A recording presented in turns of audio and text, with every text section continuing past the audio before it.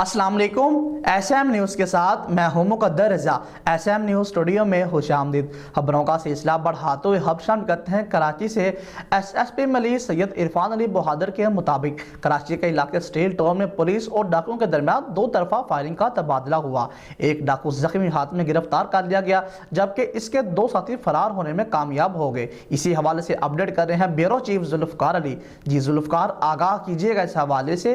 जी बिल्कुल। एसएसपी मलिक सैयद इरफान अली बहादुर का कहना है कि पुलिस और डाकुओं के दरमियान दो तरफा फायरिंग के तबादले के दौरान एक डाकू जख्मी हालत में गिरफ्तार, जबकि इसके दो साथी अंधेरे का फायदा उठाते हुए फरार हो गए, जिनकी तलाश जारी है।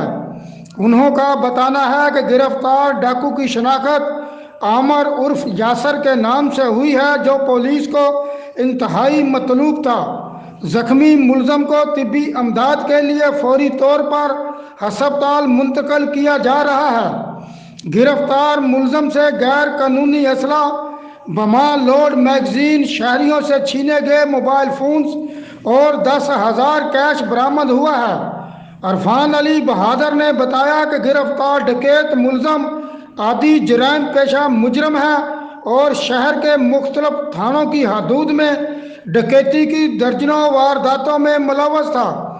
पुलिस मुलजमान के खिलाफ ज़ाब्ते की कार्रवाई अमल में ला रही है। जी बहुत शुक्रिया जुल्फकार, तफसीलात से आगाह करने के लिए। अब तक के लिए इतना ही। मजीद खबरों के लिए देखते रहिए SM न्यूज़।